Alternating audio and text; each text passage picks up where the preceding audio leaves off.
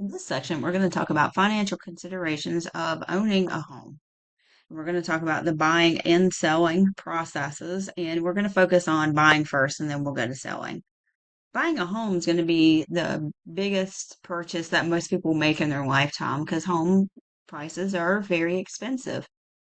So, how does a lending institution like your bank or um, someone else who would lend money to you determine what they would be willing to let you borrow? Well, they're going to start by looking at your debt to income ratio. So that's calculated by looking at the percentage. So we're going to look at all of your monthly debts and we're going to divide that by your gross income. And notice it's gross, not net. Gross is what you bring home before taxes. And then we're going to divide those and that's going to give us a percentage. And lenders that are looking for something acceptable to them that is a good indication that you'll be able to pay that debt back every month. And anything between 36 to 45 is acceptable to most lenders. Now, the bigger that down payment's going to be, that can affect your ability to get a loan with a particular lender because then you would not have to borrow as much money. And there's a lot of things that they consider when giving you a loan. Another thing they consider is credit score. The higher your credit score, that can affect your interest rate. So maybe you'll have an interest rate that's a little bit lower. So let's look at calculating that debt to income ratio. Each month, Sam Smith has a minimum credit card payment of 150. So that's the money he's borrowed. A car payment of 325.36. He has a car insurance payment of 150. He has to have the insurance for the car payment. And he's applying for a loan for which the monthly payment would be 1253.56. If Sam has a gross monthly income of 50/50, what is Sam's debt to income ratio? And we're going to round to the nearest percentage. So his debt to income ratio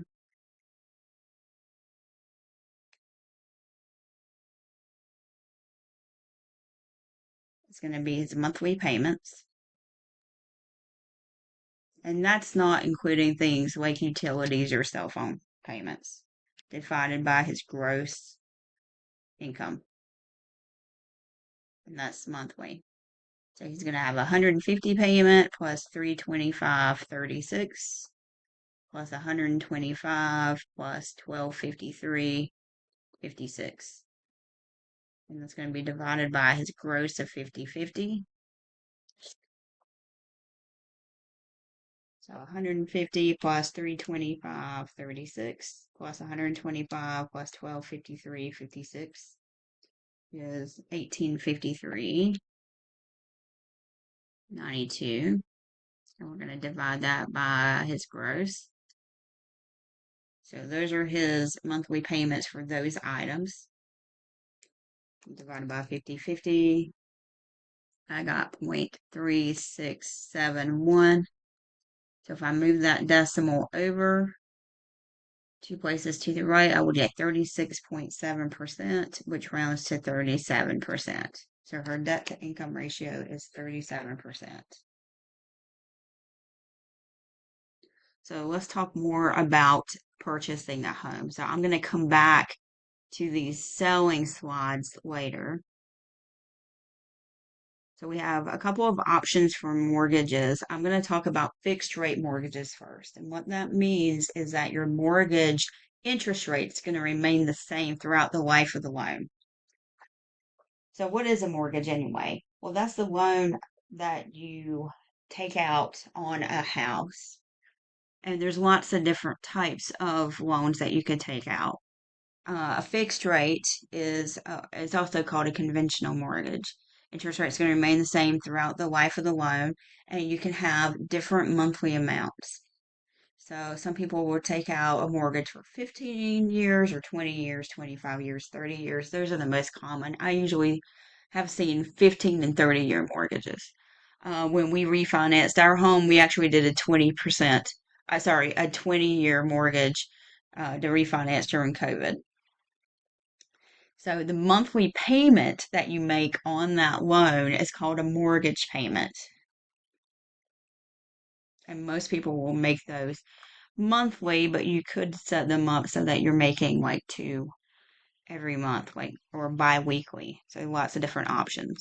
Again, this is going to be it's going to be computed like an ordinary annuity. I'm going to show you how to use a TVM solver to calculate mortgage payments. And let's look at an example. Janice secures a home loan for $230,000 at an annual interest rate of 4.5%, compounded monthly for 30 years. We want to find the monthly mortgage payment and then figure out how much interest is going to be paid. So here's my TVM solver. I'm going to delete everything that's in there. So the loan is $230,000.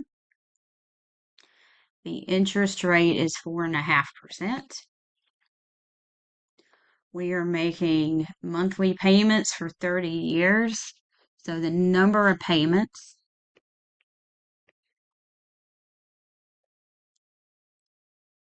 would be 30 times 12, which would be 360.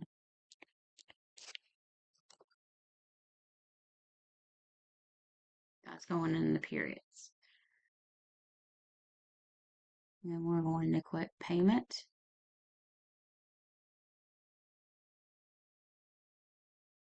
So her payment would be $1,165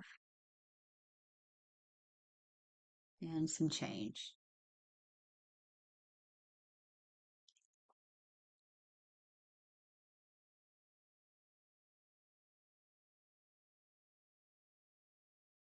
Now that mortgage payment is including paying this back.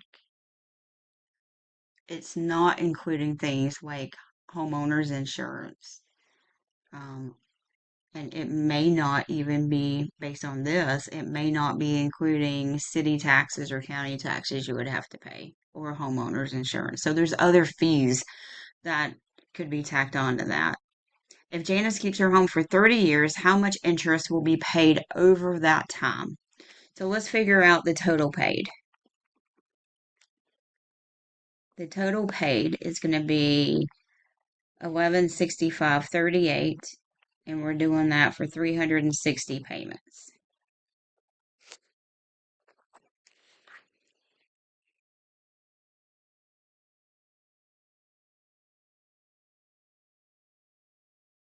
So she's paying back a total of $419,000, 536 and 80 cents. So total interest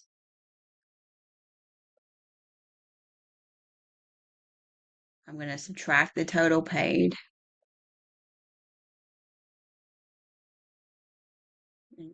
From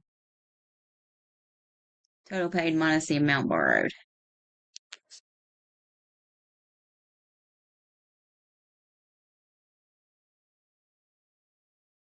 So the amount of interest is $189,000, $189,536 and 80 cents. So that's how much interest she ends up paying back over 30 years for that loan. So let's talk about fees. So when you go to sign for a house, you're going to have just a few fees that are attached to that. One of them is going to be a loan origination fee. That's a fee that the lender charges to even create the loan. And then you'll have closing costs that you'll have to pay for your home. And sometimes you'll have to pay it depending on the terms that's agreed on. The seller might end up paying it. I think right now it's more common for the homeowner when purchasing the home to pay it. All right, let's talk about adjustable rate mortgages. So these are a little bit different. With a fixed rate mortgage or a conventional mortgage, that interest rate remains the same. So if it's 6%, It is 6% for the life of the loan. If you refinance it, if the interest rates come down to maybe 3%, then you could refinance it and then it would stay at that for the life of the loan. If you get an adjustable rate mortgage, then it's not the same every year. It's going to adjust periodically. So you usually see these written as 3/1, 5/1, 7/1, or 10/1. The first number is going to tell you the number of years the interest rate remains fixed, and the second one indicates how often the rate can change after a fixed period. So when you see something like 5/1, then that means that the interest rate is fixed for 5 years, and then after that it can change every 1 year. So the 10/1 means that you would be fixed for the first 10 years and then it can adjust every year after that. And that adjustment could go up or it could go down. It really depends on what's happening with the market at the time.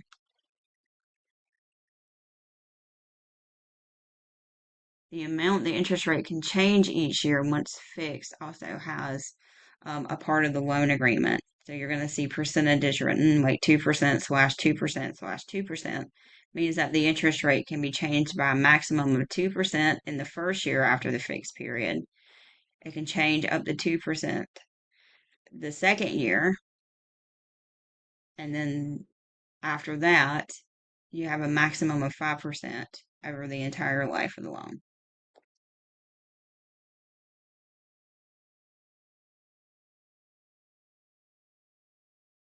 So we're going to use some technology to help us figure this out. I'm going to pull up that amortization calculator.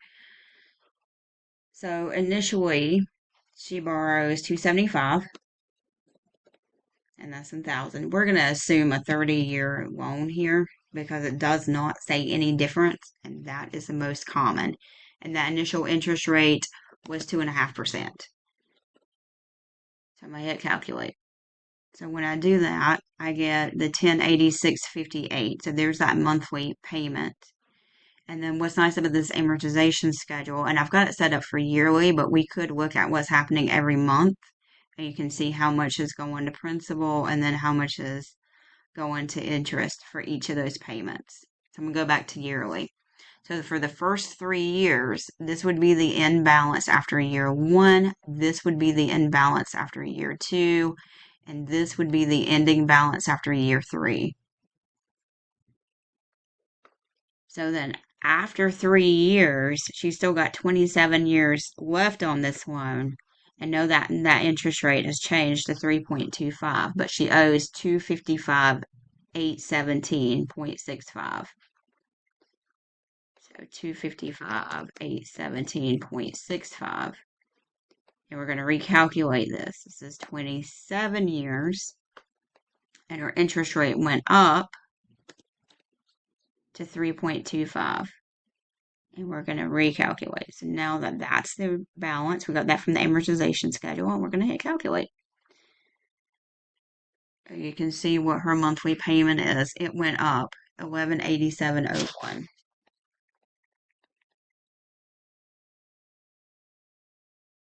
So that would be that new monthly payment in that fourth year of her loan. So let's talk a little bit more about that amortization schedule. The amortization schedule shows you details for your loan amount. It shows you how much goes to principal and how much goes to interest. And I really love this online calculator. Just going back to that last example because it shows you per year and it shows you the ending balance, or you can look at the monthly and figure out how much is going to interest and principal. And for that first good bit of the loan, you're going to pay more to interest than you're going to pay to principal. And this one's showing you where the end of year one's going to be and the end of year two. Still, see, at the end of this is now 5 years into her loan because remember we just refinanced. Well, we didn't refinance. The mortgage rate adjusted. But you can see I'm still paying more interest than I am to principal, and that's going to happen for quite a few years. Let's switch back to that annual schedule.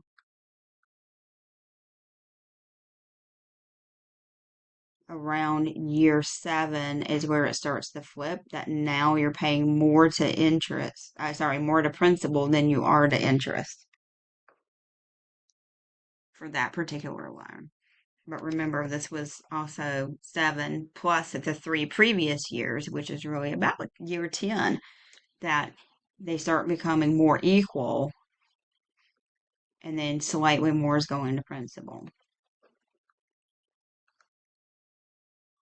So let's look at an example. The Lightfoot family has a 30-year mortgage at an annual interest rate of 6% after making payments of $23,1569 for 3 years. The Lightfoots will like to pay off their loan so as to purchase a new home. They're going to calculate the loan payoff. We can use our amortization schedule. So let's use our TVM solver. We know the monthly payment is $23,1569. Interest rate is 6%.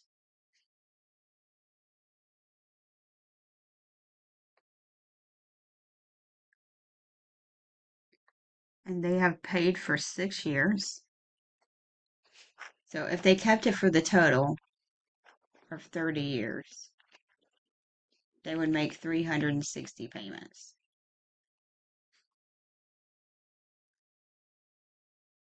The number paid is 6 years times 12, which is 72.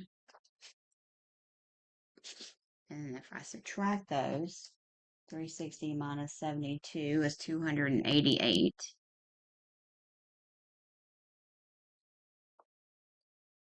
So we're going to put that 288 in for periods here. And we want to figure out my present value. Oops, let me correct that. That goes in payment. I want to know present value for that loan. And the present value for that loan would be $350,013.33.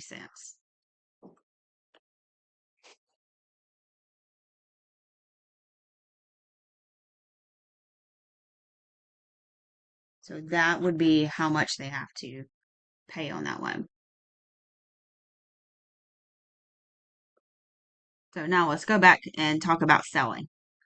What if we want to sell a house?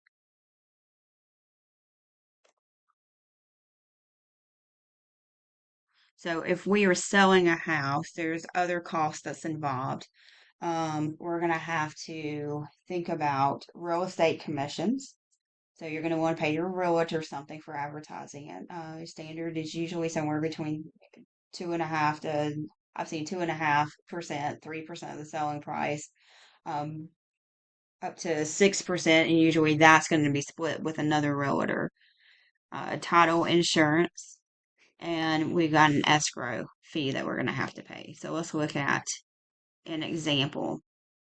Madison decides to sell a home for $275,000. A real estate selling agent charges a commission of 5% of the selling price. Title insurance is 4.1% of the selling price, and an escrow fee is $750. What amount does Madison receive after the fees? So let's start with commission.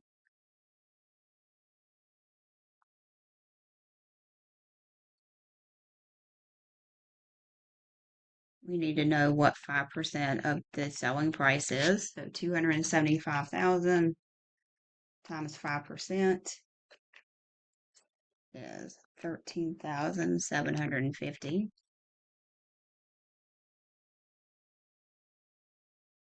Title insurance is 1.1%.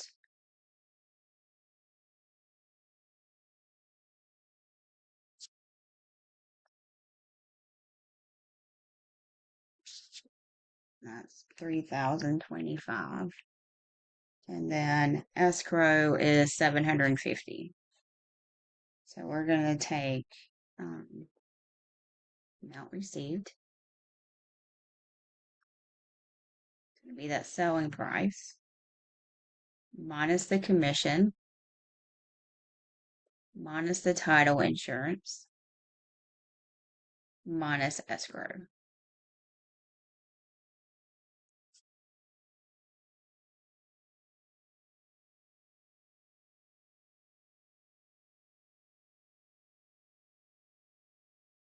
So I got 257,475 for that.